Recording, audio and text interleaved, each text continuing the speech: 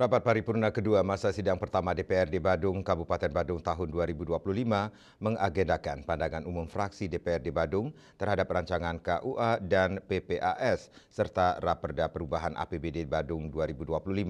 Rapat paripurna dipimpin Ketua DPRD Badung I Gusti Anom Gumanti dan dihadiri Bupati Badung Adi Arnawo.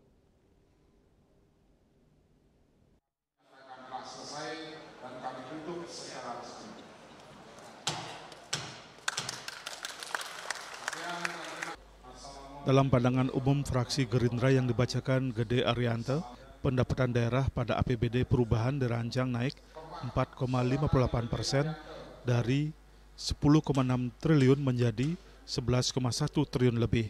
Kenaikan ini masih mungkin dikoreksi hingga 5,5%. Hal ini bisa dilihat dari potensi kontribusi pendapatan asli daerah yang naik dibanding tahun 2024. Di mana pendapatan daerah terdiri dari pendapatan asli daerah dirancang naik 5,08% dari APBD induk tahun anggaran 2025 dari 9,6 triliun lebih menjadi 10,1 triliun lebih. Kenaikan ini patut diapresiasi. Namun demikian, fraksi Gerindra meyakini masih ada potensi kenaikan PAD yang bersumber dari PHR dengan asumsi faktual bahwa secara data statistik saat ini memasuki masa high season 2025, yaitu Juni, Juli, Agustus. Jumlah kunjungan Wisman ke Badung hingga akhir Juni 2025 telah mencapai 3 juta lebih atau naik 12,68% dibandingkan dengan semester pertama tahun 2024. Belum lagi peningkatan ini dipicu pula oleh ketegangan antara Thailand dengan Kamboja.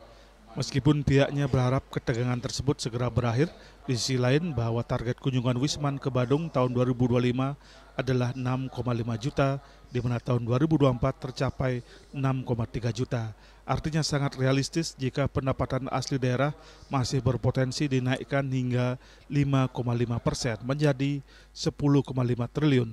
Wayan Sugito Putra dari fraksi PDIP dalam pandangan umum fraksinya menyampaikan postur dan komposisi rancangan KUA PPAS tahun anggaran 2026 sudah sesuai dengan peraturan perundang-undangan yang berlaku, sehingga fraksi PD Perjuangan dapat menerima rancangan KUA PPAS tahun anggaran 2026 dijadikan acuan sebagai rancangan dokumen penganggaran daerah tahun anggaran 2026. Lebih lanjut, fraksi PDI menyampaikan usul saran diantaranya terkait masalah sampah. Fraksi PD Perjuangan kembali mempertegas pemerintah daerah agar segera serius menanggulangi masalah sampah yang ada di Kabupaten Badung. Bila dipandang perlu, Bupati Badung membuat instruksi surat edaran yang isinya antara lain pengelolaan sampah dilakukan berdasarkan asas tanggung jawab.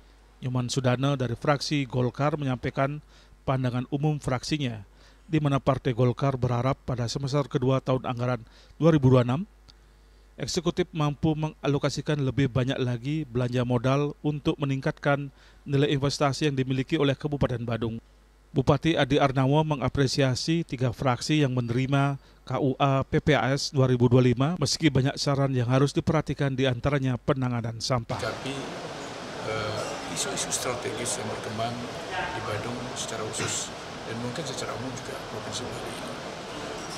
Dan perlu juga saya sampaikan bahwa dalam beberapa hari ini kami maraton dipanggil mengadakan rapat dengan Bapak Gubernur, kebetulan bersama Bapak Wali Kota Denpasar terkait dengan langkah-langkah yang cepat yang harus dilakukan terutama dalam rangka penanganan sampah.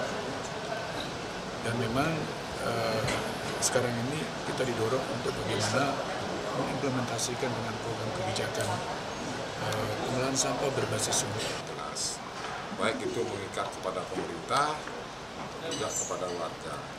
Jadi mari kita laksanakan dengan sebaik-baiknya. Seperti yang saya sampaikan terdahulu, tidak mungkin masalah sampah ini bisa diselesaikan oleh pemerintah saja. Harus ada peran serta kita bersama untuk sama-sama menyelesaikan masalah sampah ini. Agus Sudiatmiko, Bali TV.